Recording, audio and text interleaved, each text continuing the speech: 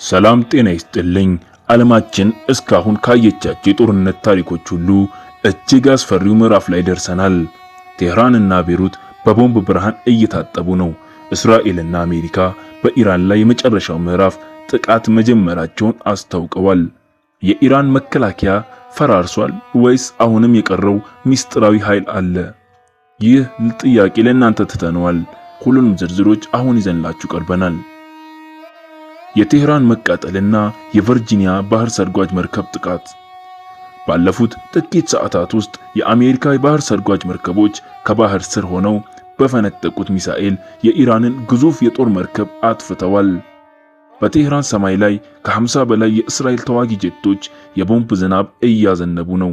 የኢራን የአየር መከላከያ 80 በመቶ መውደሙ ተዘግቧል። አሁን በደረሰ መረጃ መሰረት ጥቃቱን ያነጣጠረው በኢራን የጦር መሳሪያ ማምረቻ ተቋማትና በሚሳኤል ማስወንጨፊያ ጣቢያዎች ላይ ነው ተብሏል።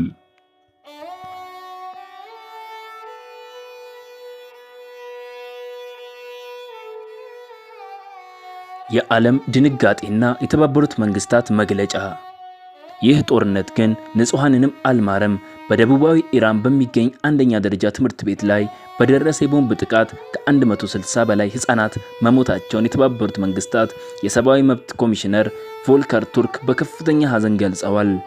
ድርጅቱ በአስቸኳይ ገለልተኛ ምርመራ እንዲደረግ እየጠየቀ ቢሆንም ጦርነቱ ግን እንደ ሰደድ እሳት ወደ ሊባኖስና ሶሪያ እየተስፋፋ ነው። የትራምፕ ማስጠንቀቂያና የኢራን ቀጣይ መሪ። የአሜሪካው ፕሬዝዳንት ዶናልድ ትራምፕ በሰጡት አነጋጋሪ መግለጫ የኢራን ቀጣይ መሪ ማን መሆን እንዳለበት እኔም ውሳኔ ውስጥ መሳተፍ አለብኝ ብለዋል።